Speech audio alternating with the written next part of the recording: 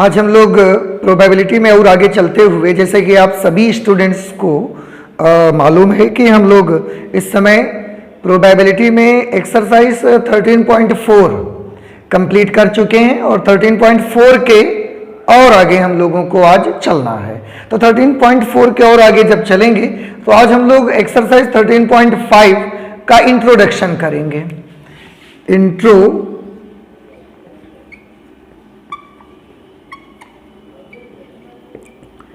Introduction of exercise 13.4 हम लोग पढ़ चुके हैं। ओके, अब इस एक्सरसाइज के इंट्रोडक्शन में सबसे पहले जो यहां पर पढ़ने के लिए बात आती है कि 13.5 के एक्सरसाइज में इंट्रोडक्शन में हम लोगों को सबसे पहले क्या पढ़ना है। तो बेटा सबसे पहले इसमें हमको पढ़ना है बर्नौली परीक्षण क्या होते हैं।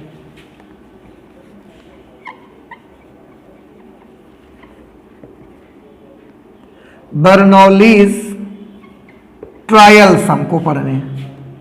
बर्नौली परीक्षण क्या होते हैं। इस लेसन में, इसके इंट्रोडक्शन में मुझे दो चीजें पढ़नी है और उनको सीखना है, करना बहुत इंपॉर्टेंट है। आप सभी स्टूडेंट अच्छे से देखेंगे तो कोई प्रॉब्लम नहीं होगी, आपको बहुत अच्छे से सारा कुछ समझ में आएगा। So today we are going to start the introduction of exercise 13.5 and in the introduction of 13.5 the very first article is Bernoulli's trials, जिसे आप हिंदी में बोलते हैं बर्नौली परीक्षण।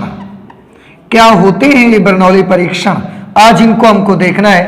What are the conditions for the Bernoulli trials, ये भी हमको पढ़ना है। ओके, सबसे पहले बर्नौली ट्रायल्स को बताने से भी पहले मैं आपको एक एग्जाम्पल थोड़ा सा देना चाहूंगा। एक एग्जाम्पल के थ्रू आपसे बात करना चाहता हूं, आप थोड़ा देखें और उसके बाद मैं आता हूं बर्नौली ट्रायल्स पे। ओके, जैसे सबसे पहले एग्जाम्पल मैं देखता हूं कि अगर मेरे पास 10 सिक्के हैं, 10 सिक्के 10 कॉइन्स हैं और उन 10 कॉइन्स को मैंने टॉस किया। ओके, देखिए मैं 10 सिक्कों को एक बार भी टॉस कर सकता हूं या एक सिक्के को मैं 10 टाइम्स भी टॉस कर सकता हूं। तो अगर एक सिक्के को 10 बार टॉस किया गया है तो उसमें 5 चित आने के परीक्षणों पर विचार कीजिए। जरा थोड़ा सा मैं एग्जाम्पल के माध्यम से आपको समझाने का प्रयास करता हूं। एक सिक्के को 10 बार उछालने पर 5 चित आने के परीक्षण या 5 चित आने की प्रायिकता हम ऐसे लिख लेते हैं। 5 चित आने की उछालने पर आप यहां पर ले लीजिए कम से कम 5 चित आने की प्रायिकता। ये हमारा एक रैंडम एक्सपेरिमेंट है। तो हमारा रैंडम एक्सपेरिमेंट क्या है कि एक सिक्के को हमें, एक हमारे पास फेयर कॉइन है और उसको हम 10 बार उछाल रहे हैं। एक बार, फिर 2 बार, फिर 3 बार, फिर 4 बार, ऐसे करते करते 10 टाइम्स हम उसको टॉस करते हैं। बेटा आप सोचिए, अगर 10 बार आप उसे टॉस करते हैं, थोड़ा सा इमेजिन करने की कोशिश करिए कि इस 10 बार के उछालने में उसका सैंपल स्पेस क्या बनेगा। आप सोचिए थोड़ा सा, उसका कितना सैंपल स्पेस बनेगा। याद करें सभी बच्चे कि जब 2 सिक्के उछाले जाते थे तो सैंपल स्पेस हम लोग कैसे बनाते थे, HH, क्योंकि 2 सिक्के उछाले जाते थे, HT, TH, TT, ऐसे उसके सैंपल स्पेस बना लेते थे और उसके सैंपल स्पेस में 4 एलिमेंट्स होते थे। 2 सिक्के उछालने पर 4 एलिमेंट्स, 3 सिक्के उछालने पर 8 एलिमेंट्स, 4 कॉइन्स अगर हम टॉस करते थे तो the total number of elements in the sample space is 2 to the power 4 means 16 elements आते थे। अब थोड़ा गौर से देखें, आज मैंने एक सिक्के को 10 बार उछाला हुआ है, 10 बार उछाला है, तो क्या आप बच्चे मुझे बता सकते हैं कि सैंपल स्पेस में टोटल कितने आउटकम्स होंगे, टोटल कितने एलिमेंट्स होंगे? Total number of outcomes in the sample space is 2 to the power 10.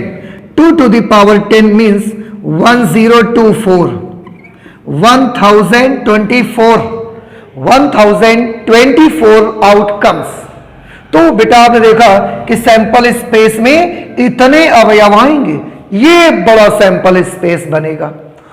और देखिए सैंपल स्पेस में न सिर्फ इतने एलिमेंट्स आएंगे, सैंपल स्पेस का एक एक एलिमेंट देखिए कैसा लगभग होगा।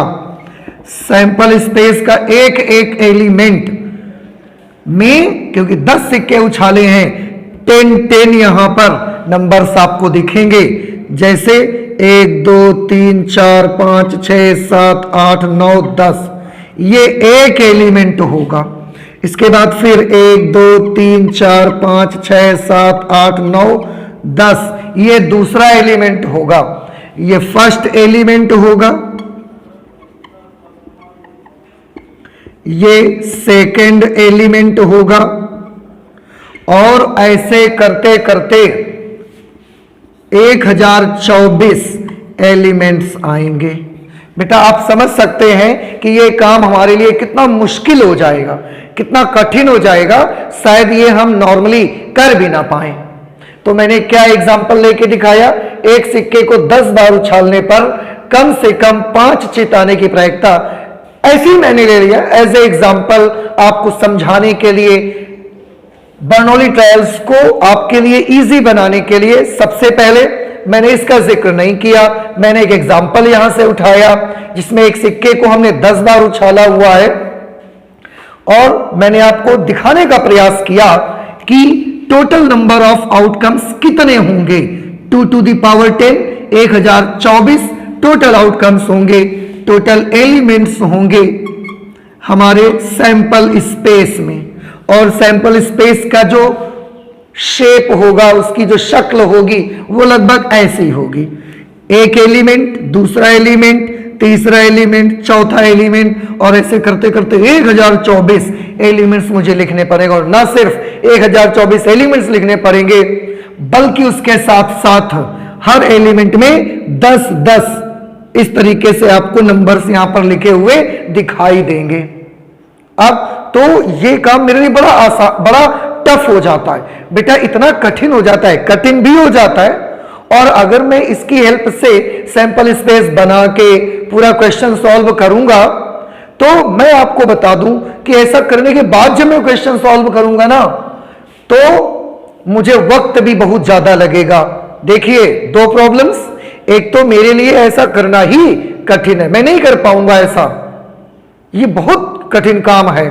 दूसरी चीज, इसमें टाइम स्पेंड बहुत होगा, बहुत ज्यादा वक्त बर्बाद होगा, बहुत ज्यादा समय खर्चा होगा हमारा। तो हम इसको थोड़ा सा इजी बनाना चाहते हैं, उसके लिए हम लोगों को एक टर्म यहां पर पढ़नी है, और वो टर्म जो हम यहां पर पढ़ेंगे,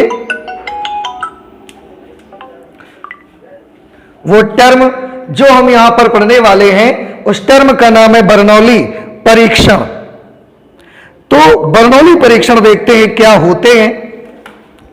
सबसे पहले मैं बर्नौली परीक्षण के लिए कुछ चीजें लिख देता हूं, उनकी कुछ कंडीशंस मैं नोट कर देता हूं आपके लिए।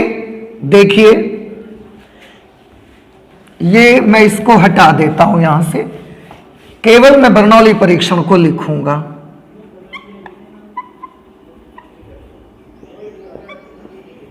बर्नौलीज ट्रायल्स, क्या है बर्नौलीज ट्रायल्स, आप देखिए मैं लिखता हूं, सभी बच्चे गौर से देखेंगे।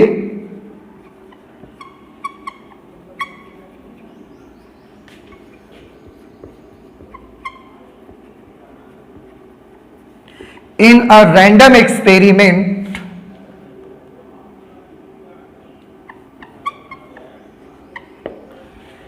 random experiment, trials are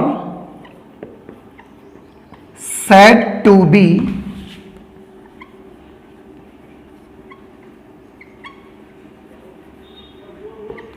the Bernoulli trials if किसी यादृच्छिक प्रयोग में जो ट्रायल्स होंगे उन्हें हम बर्नौली ट्रायल्स कहते हैं अगर पहली कंडीशन। देखिए एक चीज बेटा मैं और मुझे ध्यान आया, मैं आपको बता दूं कि पहली बात तो ये कि ये जो ट्रायल्स होते हैं ये क्या है और रैंडम एक्सपेरिमेंट क्या चीज है, क्या डिफरेंस है इन दोनों में।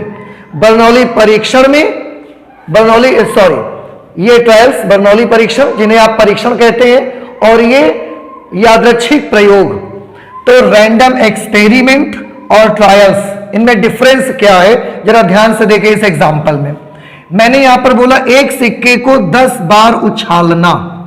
बेटा एक सिक्के को 10 बार उछालना, यही तो हमारा रैंडम एक्सपेरिमेंट है कि एक सिक्के को हम 10 बार उछालेंगे, ये हमारा रैंडम एक्सपेरिमेंट है। तो ट्रायल्स क्या है, ये जो हम 10 बार उछाल रहे हैं 10 टाइम्स, एक बार सिक्का उछाला, दोबारा सिक्का उछाला, तीसरी बार, चौथी बार, पांचवी बार, छठवीं बार, ऐसा करते करते हमने जो ये 10 बार सिक्के को उछाला, तो ये 10 क्या है, ये 10 ट्रायल्स हैं। हर बार सिक्के का उछालना एक ट्रायल कहलाता है। सिक्के को अगर आप एक बार उछाल रहे हैं तो उसे हम बोलते हैं एक ट्रायल। तो एक सिक्के को 10 बार उछालना ये पूरा का पूरा यादृच्छिक प्रयोग है, रैंडम एक्सपेरिमेंट है। लेकिन ये जो आप एक बार, 2 बार, 3 बार, 4 बार ये सिक्के उछाल रहे हैं, इनको हम बोलते हैं ट्रायल्स, इनको हम बोलते हैं परीक्षण। ठीक है, जैसे अभी आपने एक सिक्के को 10 बार उछाला है, तो रैंडम एक्सपेरिमेंट क्या है, एक सिक्के को 10 बार उछालना। और ट्रायल्स कितने हैं बेटा, ट्रायल्स इसमें है 10, क्योंकि एक सिक्के को 10 बार आप ऐसे ट्राई कर रहे हैं, 10 बार आप उसका ट्रायल ले रहे हैं। लेकिन अगर मैं इसी में कह दूं कि मैं 10 सिक्कों को एक बार उछालता हूं, 10 सिक्कों को एक बार मैं उछाल रहा हूं, तो अगर मैं 10 सिक्कों को एक बार उछालता हूं तो उसमें मैंने यादृच्छिक प्रयोग हमारा क्या है, 10 सिक्कों को एक बार उछालने का, ये हमारा रैंडम एक्सपेरिमेंट है। लेकिन उसमें कितने ट्रायल्स हैं, तो 10 सिक्कों को एक साथ उछालना एक ट्रायल है, केवल एक ही ट्रायल है बस, इसमें 10 ट्रायल्स नहीं है। तो किसी भी रैंडम एक्सपेरिमेंट में हम जितनी भी बार कोई काम करते हैं, 2 पासों को एक बार फेंक रहे हैं एक ट्रायल, लेकिन एक पासे को 2 बार फेंक रहे हैं तो 2 ट्रायल्स। तो पासे को कितनी बार हम फेंक रहे हैं, सिक्के को हम कितनी बार उछाल रहे हैं, ये हमारे ट्रायल्स होते हैं। So this is the difference between the random experiment and trials. So in a random experiment trials are said to be the Bernoulli trials. जो भी ट्रायल्स हैं वो बर्नौली ट्रायल्स तब कहे जाएंगे जब उनमें कुछ खास तरीके की क्वालिटीज होंगी। क्या खास तरीके की क्वालिटीज होंगी, उन क्वालिटीज को देखिए। सबसे पहली क्वालिटी मैं आपको बताऊं कि ट्रायल्स में क्या क्वालिटी होनी चाहिए, क्या कैरेक्टर्स होने चाहिए, क्या प्रॉपर्टी होनी चाहिए जिससे वो बर्नौली ट्रायल बनने की काबिलियत उनमें आ पाएगी, मैं उसको बताना चाहता हूं। सबसे पहली चीज आप सभी बच्चों को याद रखना है that there should be finite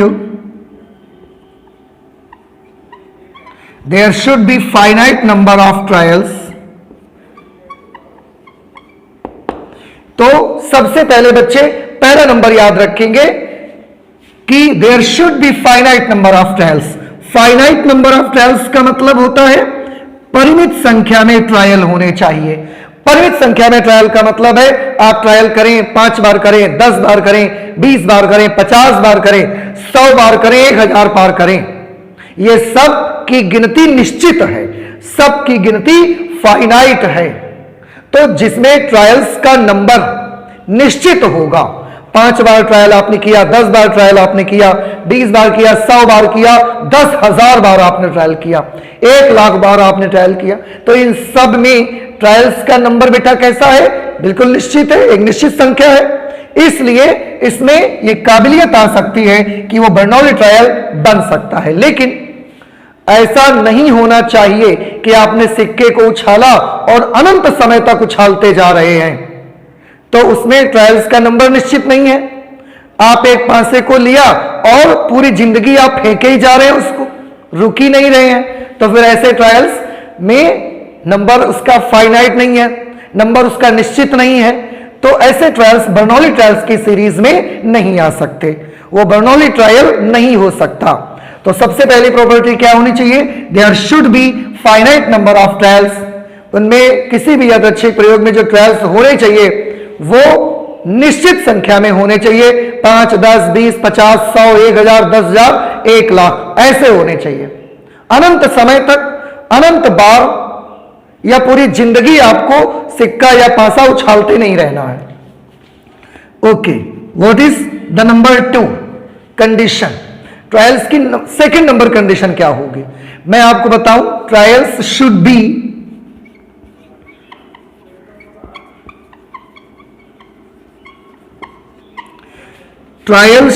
be independent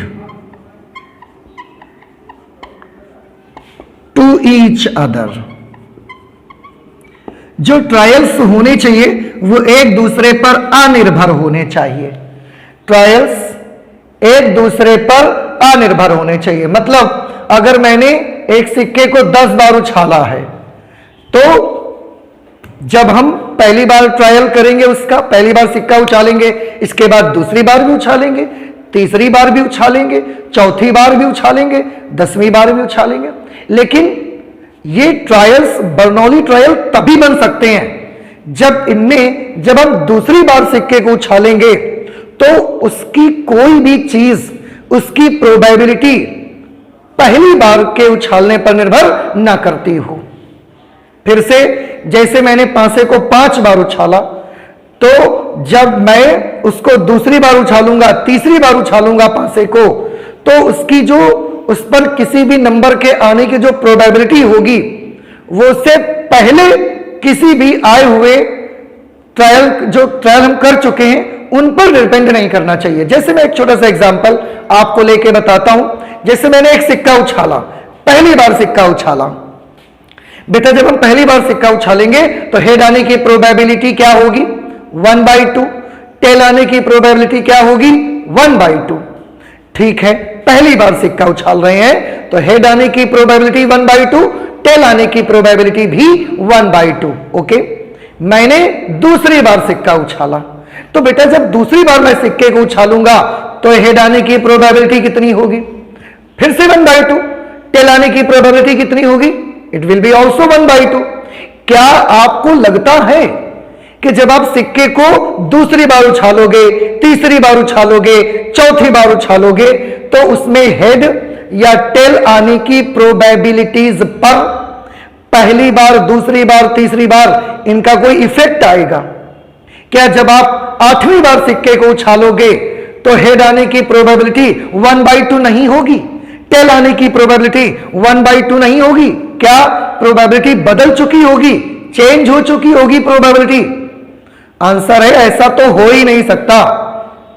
आप सिक्के को पहली बार नहीं, दूसरी बार, तीसरी बार, चौथी बार, 10वीं बार उछालिए, हर बार उसमें हेड और टेल आने की प्रोबेबिलिटीज कैसी होंगी? सेम होंगी।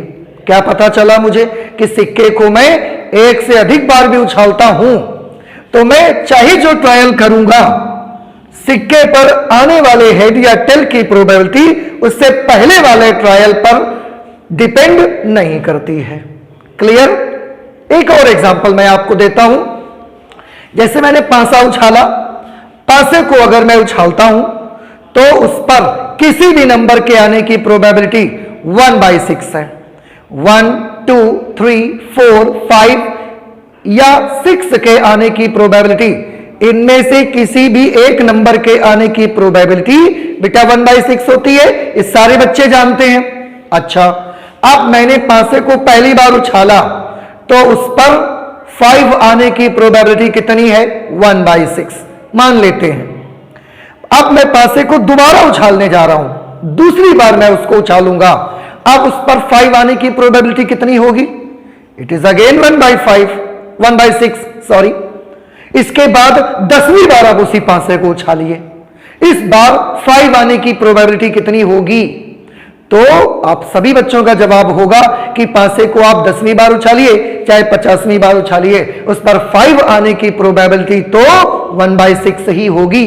तो आपने क्या देखा कि हम कोई भी ट्रायल लेते हैं, चाहे 10वां ट्रायल लेते हैं चाहे 50वां ट्रायल लेते हैं, लेकिन हर ट्रायल में किसी भी नंबर के आने की प्रोबेबिलिटी पर कोई इफेक्ट नहीं आता। वही मैंने that trials should be independent to each other. जो ट्रायल्स होने चाहिए वो एक दूसरे से कैसे होने चाहिए? वो एक दूसरे से अनिर्भर होने चाहिए। What is the third character? Trials का तीसरा कैरेक्टर क्या होगा जिसके आधार पर ही हम उस ट्रायल को बर्नौली ट्रायल कह पाएंगे? तो तीसरा जो ट्रायल उनका होगा, तीसरा जो कैरेक्टर होगा ट्रायल्स का, वो ये होगा that each and every trial should have only, मैं लिख देता हूं,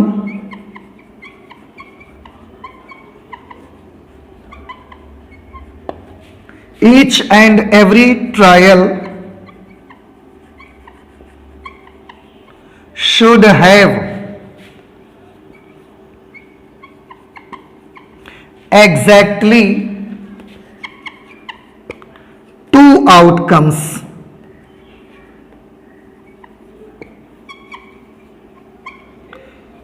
देखिए मैंने क्या लिखा? Each and every trial, her trial, प्रत्येक ट्रायल जो होगा, प्रत्येक परीक्षण आपका जो होगा, शुड हैव होने चाहिए एग्जैक्टली 2 आउटकम्स। प्रत्येक ट्रायल में आप जितनी बार भी सिक्का उछालें, जितनी बार भी आप पासा फेंकें, हर बार के ट्रायल में केवल 2 आउटकम्स ही होने चाहिए। अब ये 2 आउटकम्स कौन से हैं? थोड़ा गौर से बेटा देखें। जैसे मैं सिक्के को उछालता हूं, मैं कितनी भी बार सिक्का उछालूं, मैं कितनी भी बार सिक्का उछाल लूं, उसमें तो 2 ही आउटकम्स आते हैं फॉर्चुनेटली, एक हेड और दूसरा टेल। अब पासे की बात करिए, पासे को आप जितनी भी बार उछाल लें उस पर तो 6 आउटकम्स आते हैं। अब सभी बच्चों के मन में एक क्वेश्चन तुरंत आया होगा कि सर आपने तो लिखा है that each and every trial should have exactly 2 outcomes, उसमें ठीक 2 आउटकम्स ही होने चाहिए। तो क्या पासे की उछाल में जो ट्रायल होते हैं वो बर्नौली ट्रायल में नहीं आएंगे? क्योंकि पासे की उछाल में तो 6 आउटकम्स आ जाते हैं, 6 आउटकम्स आ जाते हैं। तो क्या केवल सिक्के का उछलना ही बर्नौली ट्रायल हमको देगा? पासे का उछलना बर्नौली ट्रायल हमको नहीं देगा, क्योंकि सिक्के पर 2 आउटकम्स होते हैं और पासे पर 6 आउटकम्स होते हैं। अब ये हम लोग समझना चाहते हैं कि क्या पासे के उछलने में अगर 6 आउटकम्स हैं, जबकि हमने इसमें लिखा है each and every trial should have exactly 2 outcomes, तो पासे में तो एग्जैक्टली 2 आउटकम्स होते हैं, सिक्के में तो एग्जैक्टली 2 आउटकम्स होते हैं, लेकिन पासे में तो 6 आउटकम्स होते हैं। तो क्या केवल सिक्के में ही बर्नौली ट्रायल हो सकते हैं, पासे में नहीं हो सकते? तो मैं आपको इस सवाल के जवाब में बता दूं कि बेटा मैं जो यहां पर आउटकम्स की बात कर रहा हूं, यहां पर मैं जो 2 आउटकम्स की बात करता हूं, ये आउटकम्स सिक्के पर हेड या टेल का आना नहीं है। ये आउटकम्स पासे पर 1 2 3 4 5 6 का आना नहीं है। ये आउटकम्स में मैं केवल 2 आउटकम्स लूंगा। एक आउटकम उसमें होगा सक्सेस और जो दूसरा आउटकम उसमें होगा वो होगा फेल्योर, सफलता और असफलता। ये सफलता है और ये असफलता को इंडिकेट करता है।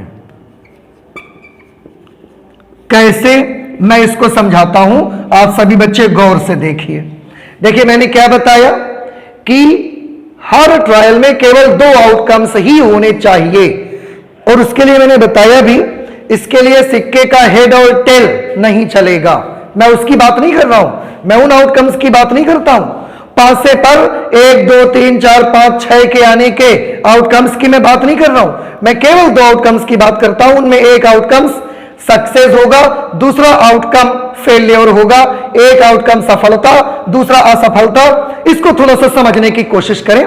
जैसे कि मैंने बोला कि जब हम एक सिक्के को 10 बार उछालते हैं, 50 बार उछालते हैं, 5 बार उछालते हैं, तो उसमें हेड का आना सफलता माना जाता है।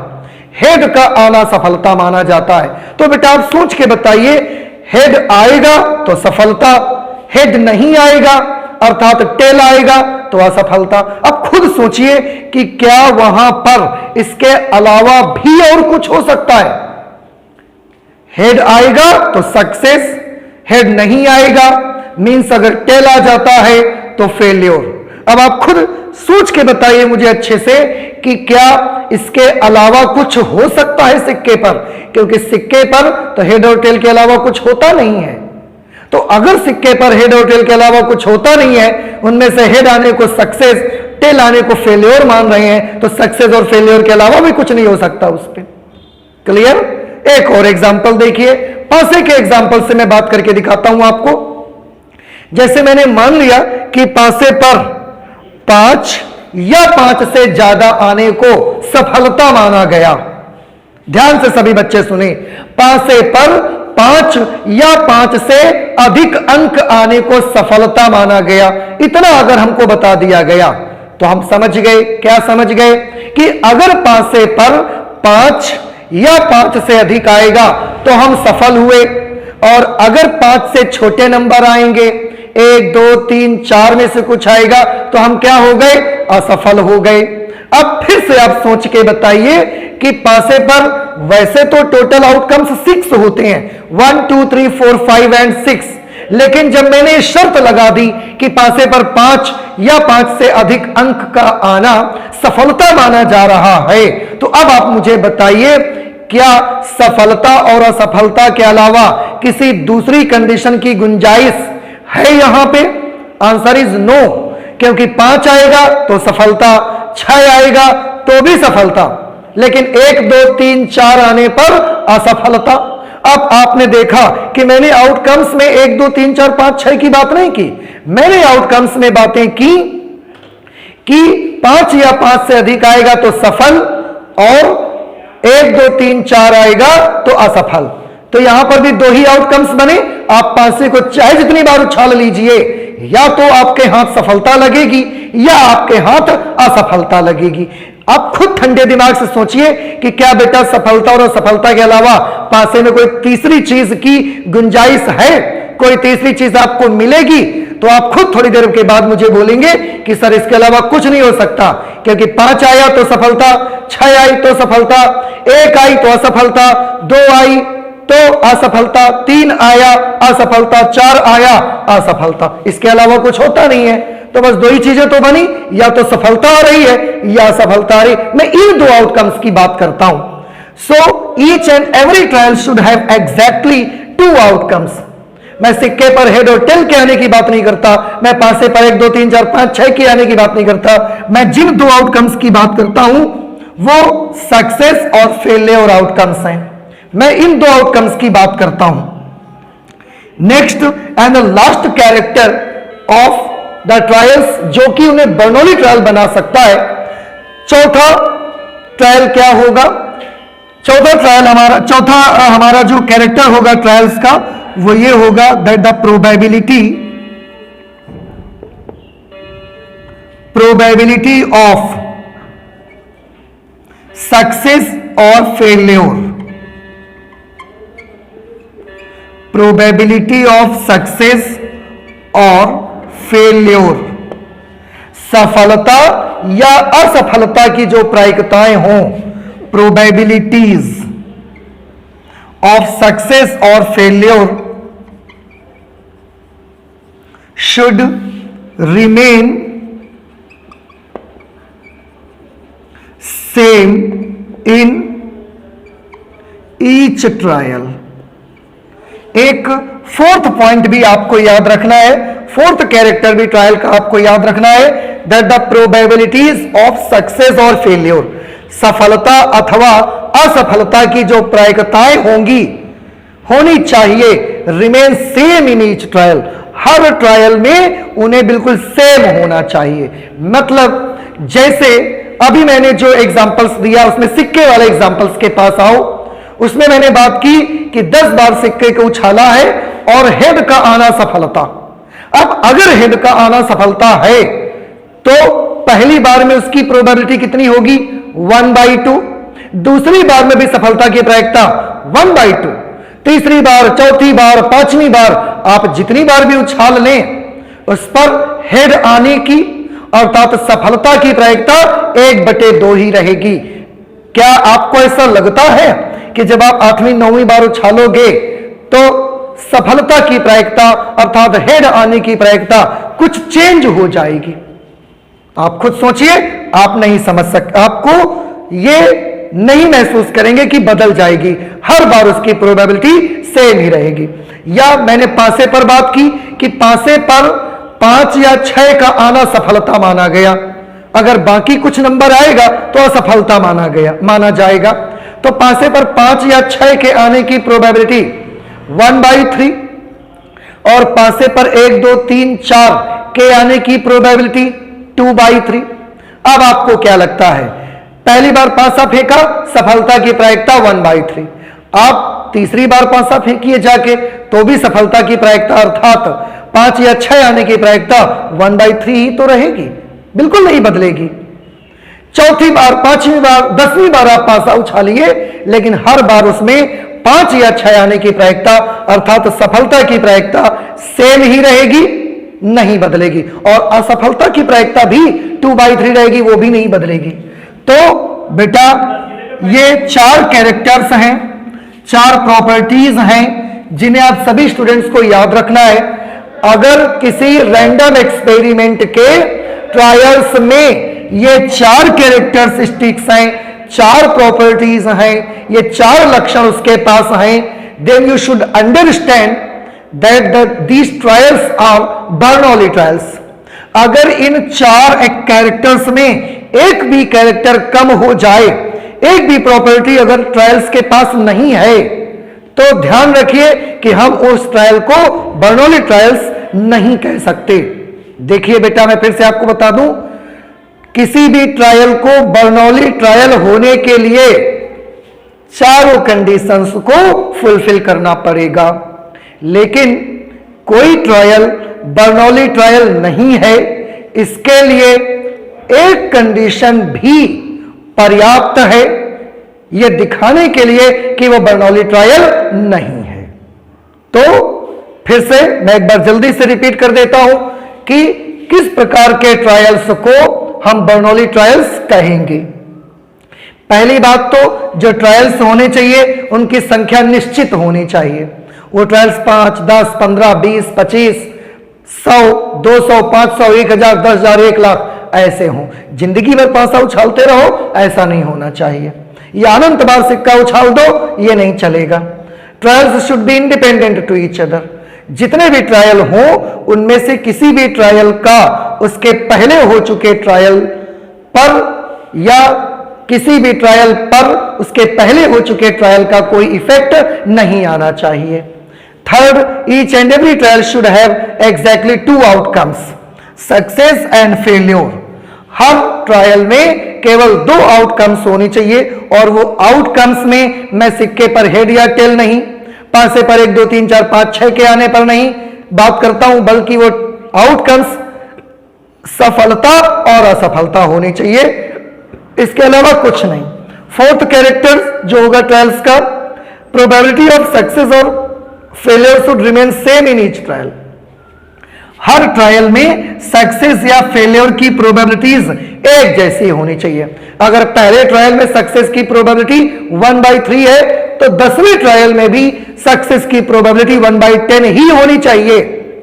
50वीं ट्रायल में सक्सेस की प्रोबेबिलिटी 1/3 ही रहेगी। 1 लाखवां ट्रायल भी कर लें तो भी सक्सेस की प्रोबेबिलिटी 1/3 ही होनी चाहिए। ट्रायल्स में, अलग अलग ट्रायल्स में सक्सेस हो या फेलियर हो, प्रोबेबिलिटीज चेंज नहीं होनी चाहिए उनकी। सो ये 4 कैरेक्टर्स होंगे तो हम ऐसे ट्रायल को बर्नौली ट्रायल कहेंगे। अब ये तो हो गया बर्नौली ट्रायल्स की बात। मैंने बर्नौली ट्रायल्स के आधार पर पूरी चीज, उसके बारे में पूरी चीजें आपको समझा दी हैं। अब इस पर बेस्ड एक क्वेश्चन बेटा सॉल्व करेंगे तो शायद आपको ज्यादा समझ में आएगा और मैं भी आपको अच्छे से समझा पाऊंगा। तो आपकी बुक में एक एग्जाम्पल है, एग्जाम्पल नंबर 30। मैं इस एग्जाम्पल नंबर 30 को यहां पर लेता हूं और आपको समझाने की कोशिश करता हूं कि कैसे बर्नौली ट्रायल्स को आप पहचानेंगे, कौन से ट्रायल बर्नौली ट्रायल होंगे और कौन से ट्रायल बर्नौली ट्रायल नहीं होंगे। इन पर मैं विशेष बात यहां पर करने चल रहा हूं। तो मैं उसके लिए एग्जाम्पल 30 लेता हूं, मैं पढ़ूंगा, आप भी ध्यान से सुनिए। 7 लाल और 9 काली गेंदों वाले एक कलश में से, बेटा यहां पर एक कलश है,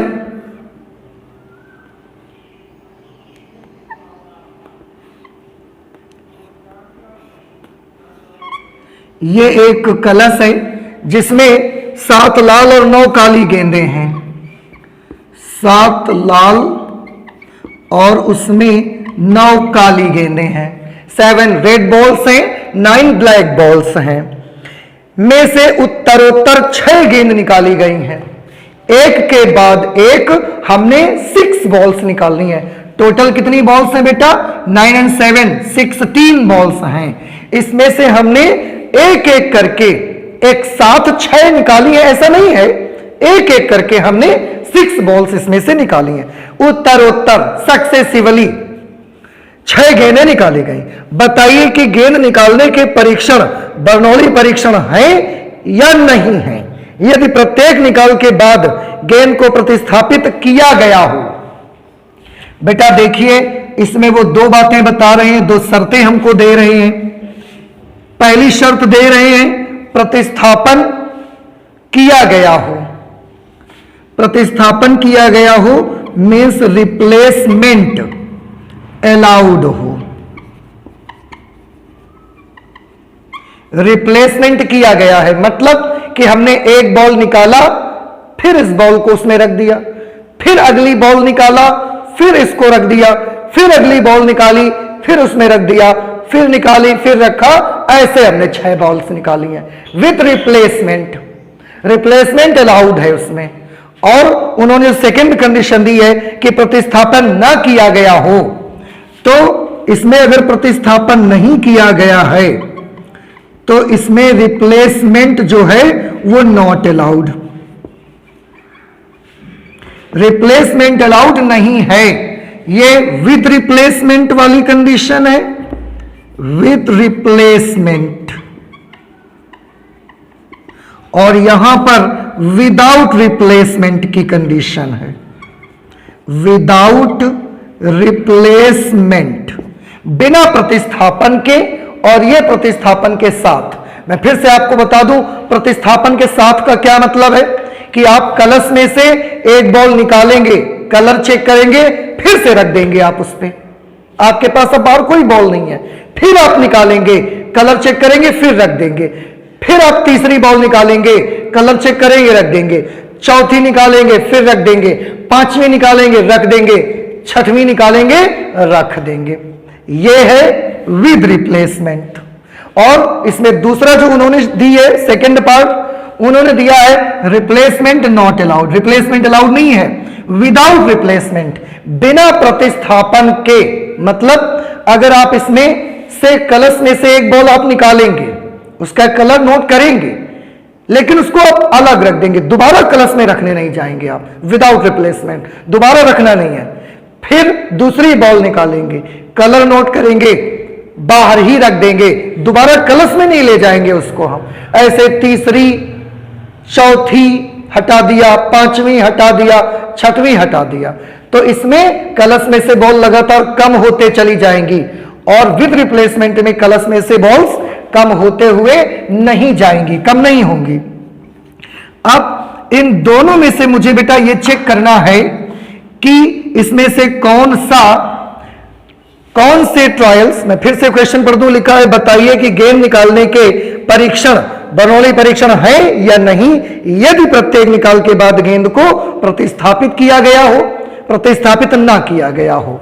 आपको यह बताना है इसमें या इसमें कौन से ट्रायल्स बर्नौली ट्रायल्स होंगे और कौन से ट्रायल्स बर्नौली ट्रायल्स नहीं होंगे। ठीक है, तो सबसे पहली चीज यहां पर हमको ये देखना है, दोनों को अलग अलग आपको पार्टीशन करके दिखा देता हूं। सबसे पहले 6 बॉल्स निकाली गई हैं, तो बेटा 6 बॉल्स अगर निकाली गई हैं तो आप एक बॉल निकालोगे, दूसरी निकालोगे, तीसरी निकालोगे, चौथी, पांचवी, छठवीं।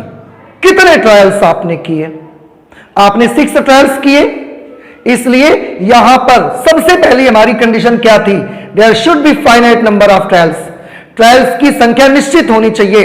हमारा जो ये क्वेश्चन है, क्वेश्चन नंबर 30, एग्जाम्पल नंबर 30, इसमें कितने ट्रायल्स हमको दिए गए हैं? 6 ट्रायल्स हमको दिए गए हैं। तो ट्रायल्स की संख्या का 6 होना, 6 होना, ये निश्चित संख्या है या अनिश्चित संख्या है? तो ट्रायल्स का 6 होना ये सब लोग जानते हैं, ये एक निश्चित संख्या है। तो पहली प्रॉपर्टी कि ट्रायल्स कैसे हैं? फाइनाइट हैं। तो n जो है वो 6 है इसके लिए भी, और n यहां पर भी 6 है, नंबर ऑफ ट्रायल्स। हम n को नंबर ऑफ ट्रायल्स ले रहे हैं, और बेटा ये कैसे हैं? फाइनाइट हैं। इनफाइनाइट तो नहीं है ना, निश्चित है, अनिश्चित तो नहीं है। तो पहली प्रॉपर्टी इस एक्सपेरिमेंट का जो ट्रायल्स हैं वो पहली प्रॉपर्टी को पूरी तरह से फॉलो करते हैं, कोई प्रॉब्लम नहीं है। सेकंड प्रॉपर्टी को चेक करते हैं। सेकंड प्रॉपर्टी क्या थी बेटा? देखिए, अभी हमने बिताया भी नहीं है इसलिए आपके सामने लिखा हुआ है, trials should be independent to each other. जो ट्रायल्स हो वो एक दूसरे पर अनिर्भर होने चाहिए, उनको एक दूसरे पर निर्भर होना नहीं चाहिए। तो अब यहां पर देखिए, मैं कोई भी बॉल ले लेता हूं, क्योंकि उन्होंने मुझे किस बॉल को निकालना है उसका कोई कलर उन्होंने डिसाइड करके हमको नहीं बताया है। तो हम अपने मन से कोई भी ले लेते हैं। मान लेते हैं कि ब्लैक बॉल हम निकाल रहे हैं, ब्लैक बॉल।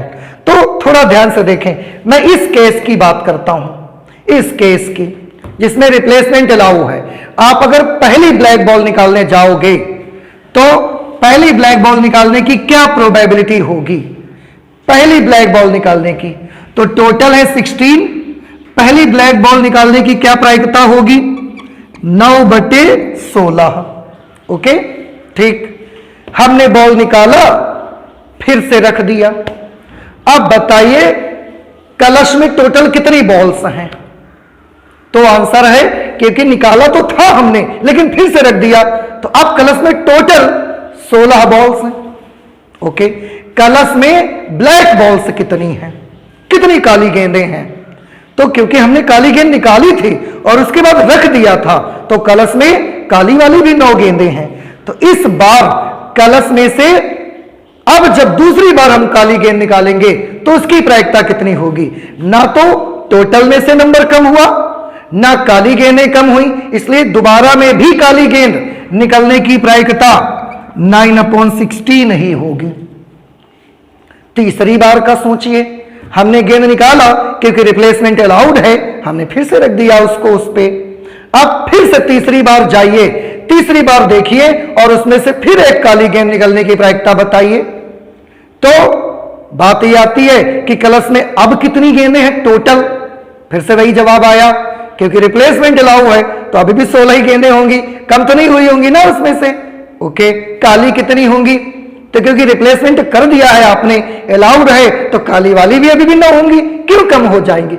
निकाल के फिर से रख देते हैं ना हम तो उस पे। तो इस बार भी प्रायिकता कितनी होगी? 9/16। First trial, second trial, third trial, ऐसे ही करते चले जाइए। हर बार के ट्रायल में हर बार प्रोबेबिलिटी कैसी है? सेम। आप देख रहे हैं कि किसी भी ट्रायल की प्रोबेबिलिटी पे उसके पहले वाले ट्रायल का कोई इफेक्ट नहीं पड़ रहा है, उसके पहले वाले ट्रायल का कोई इफेक्ट नहीं है, कोई असर नहीं आ रहा है। इसलिए ये सेकंड कंडीशन को भी फॉलो करता है। क्या विदाउट रिप्लेसमेंट में सेकंड कंडीशन फॉलो होगी? चेक कर लेते हैं, चलिए। ओके, इसमें आइए, रिप्लेसमेंट करते विदाउट रिप्लेसमेंट। इस बार मुझे रिप्लेसमेंट नहीं करना है, एक बॉल जो निकाल देंगे उसको दोबारा रखना नहीं है जाकर के। तो ऐसी कंडीशन को सोचिए।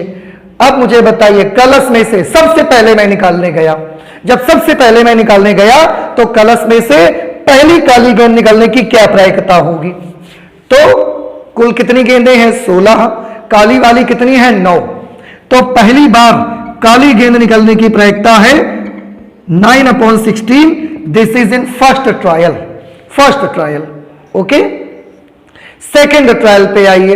इस बार आपने क्या किया? एक ब्लैक बॉल निकाली, फर्स्ट टाइम्स एक ब्लैक बॉल निकाली और निकाल लिया, कलर नोट कर लिया, लेकिन दोबारा रखेंगे नहीं उस पे, हम इसको हम अलग ही रख देंगे हटा करके, हमने अलग कर दिया। अब बताइए, कलश में कुल कितनी गेंदें? हटा दिया है एक काली गेंद निकाल के आपने, कुल कितनी गेंदें?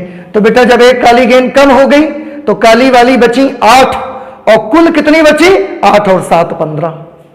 अब टोटल नंबर ऑफ बॉल्स हैं, टोटल आउटकम्स हैं 15, ब्लैक बॉल्स कितनी है? 8। इस बार एक ब्लैक बॉल अब दोबारा निकालने जाओगे तो अब इस बार प्रायिकता कितनी होगी? इस बार प्रोबेबिलिटी होगी 8/15। दूसरी वाली भी काली गेंद निकाल के आप अलग हटा दोगे, रखोगे तो नहीं ना उसमें, क्योंकि रिप्लेसमेंट आपको इसमें अलाउड नहीं है। अब तीसरी काली गेंद निकालिए जाके। अब तीसरी गेंद जब काली वाली निकलेगी तो उसमें काली गेंदें कितनी? एक और कम हो चुकी है, तो 7 हो गई, टोटल कितनी? 14। इस बार प्रायिकता कितनी? 7/14। फर्स्ट ट्रायल में, सेकेंड ट्रायल में और ये थर्ड ट्रायल में। बेटा आप गौर से देखिए, रिप्लेसमेंट के साथ जो हमारा फर्स्ट पार्ट था, फर्स्ट पार्ट क्वेश्चन का था, फर्स्ट और सेकंड दोनों पार्ट में ध्यान से देखिए, इसमें किसी भी ट्रायल का उसके अगले ट्रायल पर कोई इफेक्ट नहीं आता था। मींस जितने भी ट्रायल्स से सब एक दूसरे पर निर्भर नहीं करते थे, लेकिन इसको ध्यान से देखिए, इसमें दूसरे ट्रायल पर पहले ट्रायल का इफेक्ट पड़ गया। अगर इफेक्ट नहीं पड़ता तो 9 का ये 8 और 16 का ये 15 नहीं हुआ होता। अगर इफेक्ट नहीं पड़ता तो 8 का 7 और 15 का 14 ये ना हुआ होता। इट मींस कि अगर रिप्लेसमेंट अलाउ है, अलाउ नहीं है, सॉरी, विदाउट रिप्लेसमेंट ले रहे, बिना प्रतिस्थापना के आप एक्सपेरिमेंट कर रहे हैं, तो उसमें हर ट्रायल पर उसके पहले वाले ट्रायल का इफेक्ट पड़ जाएगा। यानी कि हर ट्रायल उस अपने पहले वाले ट्रायल पर निर्भर करता है। आपने देखा बेटा, सेकंड प्रॉपर्टी, सेकंड पार्ट ने सेकंड प्रॉपर्टी फॉलो नहीं किया। क्वेश्चन के सेकंड पार्ट ने सेकंड प्रॉपर्टी फॉलो नहीं किया, जबकि फर्स्ट पार्ट अभी भी सेकंड प्रॉपर्टी को फॉलो कर रहा है। इसलिए इसको देखते हुए मैं कह सकता हूं कि अभी भी इसके पास बर्नौली ट्रायल के सारी प्रॉपर्टीज हैं, और इसके पास बर्नौली ट्रायल के लिए सेकंड प्रॉपर्टी ही बिगड़ चुकी है। वो सेकंड प्रॉपर्टी को फॉलो नहीं कर रहा है, इसलिए वो बर्नौली ट्रायल नहीं हो सकता। लेकिन ये बर्नौली ट्रायल है, अभी भी इसके लिए 2 कैरेक्टर्स चेक करने मुझे बाकी हैं। तीसरा कैरेक्टर क्या है? हर ट्रायल में केवल 2 ही आउटकम्स होने चाहिए। बड़ा आसान है, मैं मान लूंगा कि ब्लैक बॉल का निकलना सक्सेस है और रेड बॉल का निकलना फेल्योर है। अब मुझे बताइए सोच करके, क्या कलश में ब्लैक, मैंने क्या बोला कि ब्लैक बॉल्स का निकलना सक्सेस और रेड बॉल्स का निकलना फेल्योर है? तो अब इसके अलावा क्या कुछ इसमें हो सकता है? सक्सेस या फेलियर के अलावा क्या कोई तीसरी कंडीशन आ सकती है? आंसर इज नो, नहीं आ सकती, नेवर। क्यों? क्योंकि ब्लैक बॉल का निकलना सक्सेस, रेड का निकलना फेलियर, और कलश में तो ब्लैक और रेड के अलावा कुछ है ही नहीं, तो सक्सेस और फेलियर के अलावा कुछ हो ही नहीं सकता। तो ये कंडीशन, थर्ड कंडीशन, तो दोनों फॉलो करते हैं, क्योंकि थर्ड कंडीशन में 2 ही आउटकम्स, सक्सेस और फेलियर होना चाहिए। इसके लिए भी सक्सेस और फेलियर 2 आउटकम्स होंगे, इसके लिए भी सक्सेस और फेलियर 2 आउटकम्स होंगे, कोई दिक्कत नहीं है। तो तीसरी प्रॉपर्टी तो दोनों पार्ट फॉलो करते हैं। चौथी प्रॉपर्टी पे आइए, प्रोबेबिलिटी ऑफ सक्सेस और failure should remain same in each trial. Her trial में सक्सेस या फेलियर की प्रोबेबिलिटी सेम होनी चाहिए।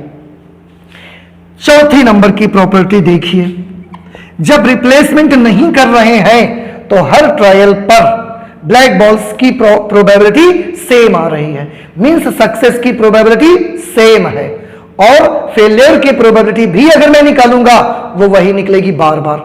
लेकिन विदाउट रिप्लेसमेंट में, बिना प्रतिस्थापना के अगर मैं करूंगा तो इसमें सक्सेस की प्रोबेबिलिटी यानी कि ब्लैक बॉल्स आने की प्रोबेबिलिटी हर बार आप देखिए बेटा चेंज होते जा रही है।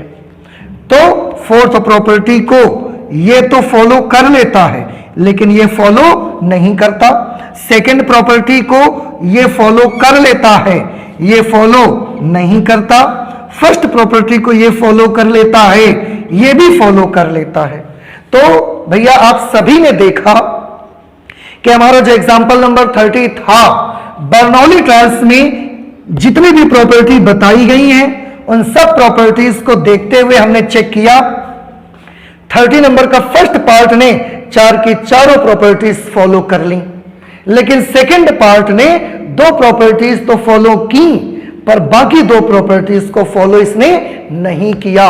इट मींस फर्स्ट पार्ट में जो ट्रायल्स हैं वो बर्नौली ट्रायल्स हैं, लेकिन सेकंड पार्ट में जो ट्रायल्स हैं that are not Bernoulli trials, वो बर्नौली परीक्षण नहीं है।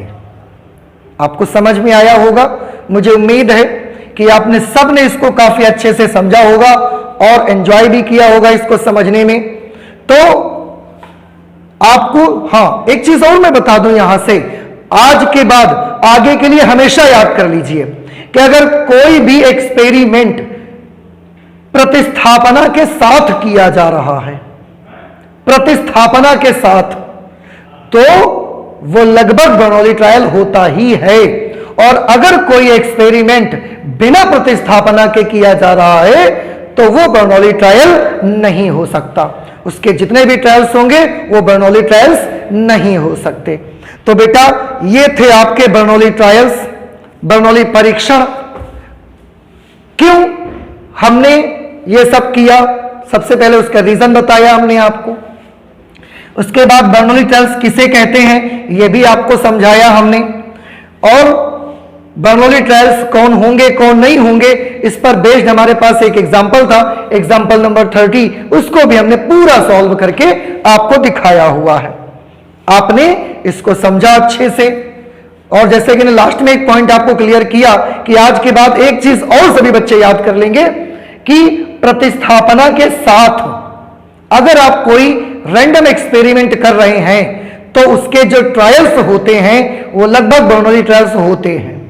लेकिन अगर विदाउट रिप्लेसमेंट कर रहे हैं, बिना प्रतिस्थापना के आप कोई रैंडम एक्सपेरिमेंट कर रहे हैं, तो उसके ट्रायल्स जो होंगे वो बर्नौली ट्रायल्स नहीं होते हैं। ये भी बात हमने यहां से समझी। ओके, तो आज हम लोग मैथमेटिक्स में इंट्रोडक्शन जो हम लोग यहां पर कर रहे थे, बर्नौली ट्रायल्स इसमें सीख रहे थे। इंट्रोडक्शन एक्सरसाइज 13.5 का है, जिसमें हमने आज सिर्फ बर्नौली ट्रायल्स के बारे में सीखा है, उसके कैरेक्टर सीखे हैं, उसकी प्रॉपर्टीज को सीखा है। नेक्स्ट लेक्चर पे आज हम इतना ही रखेंगे। नेक्स्ट लेक्चर पे हम बात करेंगे द्विपद बंटन किसे कहते हैं, बाइनोमियल डिस्ट्रीब्यूशन किसे कहते हैं, द्विपद बंटन किसको कहते हैं। This is very most important, इसलिए प्लीज आप नेक्स्ट लेक्चर भी बिल्कुल मिस मत करिए, अदरवाइज आप द्विपद बंटन समझने से वंचित रह सकते हैं, आप बाइनोमियल डिस्ट्रीब्यूशन समझने से वंचित रह सकते हैं। तो आज के लिए बस इतना ही, चलते हैं, मिलते हैं नेक्स्ट लेक्चर पे। Thank you.